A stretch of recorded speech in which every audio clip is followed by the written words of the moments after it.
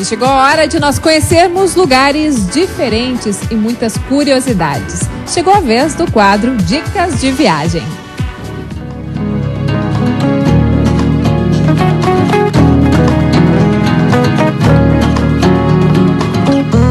Nosso entrevistado desta quinta-feira é o Gustavo Belli, ele que é dentista e blogueiro. Olá, boa noite. Bem-vindo ao programa, viu? Obrigado. Gustavo, você veio falar da Rússia. Eu já te pergunto, por que a Rússia? É que são coincidências assim da vida que, pelo meu irmão estar morando na Rússia há alguns anos já, trabalhando lá, e a gente gostar de viajar e planejar algumas coisas sempre junto, e eu aproveitei a estada dele lá e fui conhecer a Rússia no ano passado, em março. Não é um dos roteiros, um dos destinos mais procurados, né? Com certeza a Rússia não é um país destino de primeira escolha pela dificuldade de língua, e além da língua, a Rússia te dificulta muito pela presença de um alfabeto totalmente diferente do nosso. A Rússia te põe uma experiência como se tu tivesse novamente analfabeto. Você chegar na frente de um banheiro, para entrar você não sabe qual é o masculino e qual é o feminino. Você ficar esperando para ver qual você entra. Então são experiências para quem já talvez tenha viajado para países próximos, países distantes, onde você começa a reviver, talvez com países também do Oriente, com o Japão, China, onde... Comunicação terrível. A comunicação é um fator bastante difícil às vezes. Realmente você precisa de mímica, jogo de cintura, mas como todo viajante vai pegando jeito, você começa a ter suas escapatórias, você começa a ter as palavrinhas treinadas, o bom dia, o obrigado, o por favor, você aponta, isso é o necessário, pelo menos, você sobrevive. Você tem um blog de viagens, onde você passa várias dicas? O blog de viagem é mais como... O meu blog é uma forma bastante pessoal, não é um blog, digamos, profissional, como tem muita coisa hoje. Eu gosto de passar os relatos mesmo de muitas coisas que eu vivi. Gosto de passar algumas roubadas. Eu acho que hoje no mundo, principalmente dos blogs, está muito bonito elogiar os locais, e as pessoas não dizem os problemas que tiveram em suas viagens, não mostram onde os outros podem desviar dos erros que você cometeu. E também mostrar lugares, como eu tenho aproveitado para ir em lugares diferentes do comum às vezes, e principalmente agora, por ter cruzado o mundo dentro de um trem praticamente, isso é muito legal. Tem várias curiosidades. Vamos começar pela alimentação, Gustavo. Qual é a curiosidade assim, que você pode nos passar em relação à gastronomia lá da Rússia? É que é muito legal que não tem família que não teve um domingo com estrogonofe no Brasil.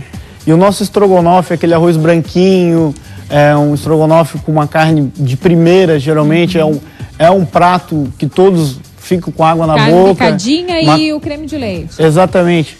E geralmente com arroz branco e batata palha. Isso. Na Rússia, principalmente, o estrogonofe é servido, na primeira opção deles, com pirê de batata.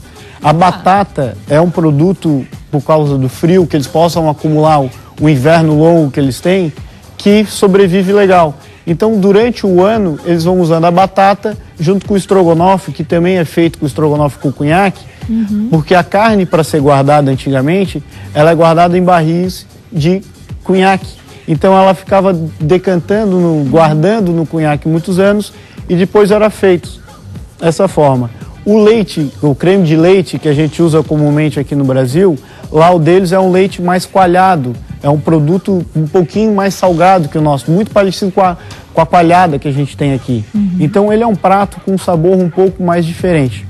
Tô vendo aqui também que o McDonald's foi a primeira lanchonete, né, lá da União Soviética.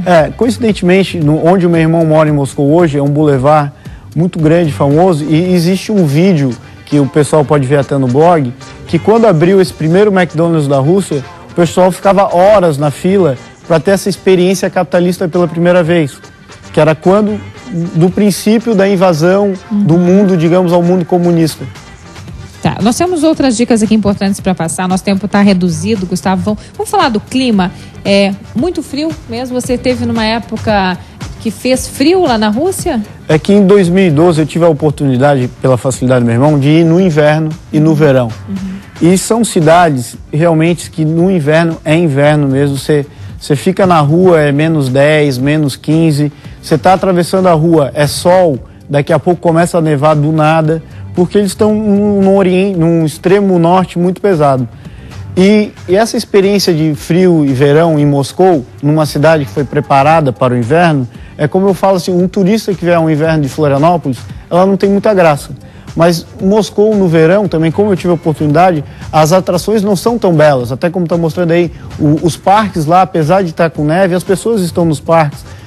As pessoas estão passeando com o seu cachorro na neve, como foi aquela foto que passou. É bastante diferente para a gente. Você falou que existe uma praia no meio da Sibéria? Ou eu tô ficando louca? Essa foi talvez uma das experiências mais legais que a gente teve na viagem agora, que foi um dia que a gente estava no trem, o trem cruzou uma ponte, a gente olhou embaixo da ponte, uma multidão, como se fosse uma praia nossa aqui, Jurerê, Canasvieiras, com cadeira, praia, e a gente olhou um pro outro, era 7 horas da noite isso, vamos dar um mergulho nessa praia. Chegamos no hotel, largamos as mochilas, pedimos um táxi e ele levou a gente até chegar nessa praia. A gente chegou 9 horas da noite, numa praia de uma represa, no Mar Obi, que é no meio da Sibéria, e que o sol naquele dia se pôs depois das 11 horas da noite. Então são duas experiências totalmente que eu nunca imaginei na minha vida. Estar numa praia na Sibéria e tomar um banho com sol depois das 10 horas da noite. Incrível. E o maior lago de água doce do mundo? É que no meio da Rússia tem esse lago que poucos conhecem, mas é tipo a Amazônia deles, é o grande ponto natural da Rússia, que é o Lago Baikal. O Lago Baikal é um dos poucos lagos que você consegue ver da Lua também, é um lago bastante grande e de uma água muito limpa e límpida, que no inverno deles, quando ele congela 2 metros de gelo, você consegue ver o fundo do lago. Então fica uma região de um lago belíssimo e contornado pela estrada de trem, num trem cenográfico, que é um dos poucos trens que a gente embarca lá em Moscou, na Rússia, que ele para em alguns pontos. Você tem 8 paradas e dentro de uma dessas paradas a gente teve a oportunidade também de tomar um banho no Lago Baikal, que é uma oportunidade para a gente bastante esquisita, que para a gente sempre um banho de rio, mar é uma água quente. E lá você estava, no dia que a gente estava, devia estar por volta de 20 graus e na hora de mergulhar a água estava 5 graus. Então você mergulhava e a hora que você voltava para respirar esquentava, de tão grande é o contraste, entrar numa água super gelada e sair talvez 20 graus, ninguém vai à praia em Florianópolis.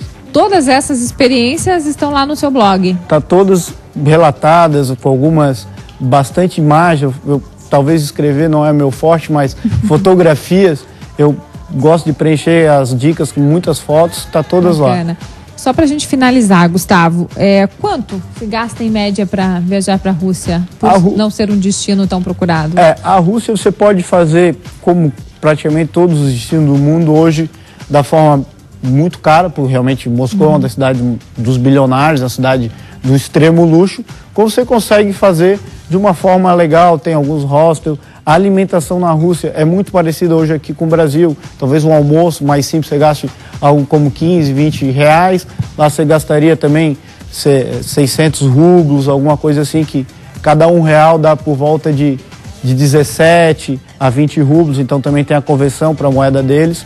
Então é um país com turismo possível. Só a dificuldade talvez seja a gente chegar lá, que é um país longe daqui.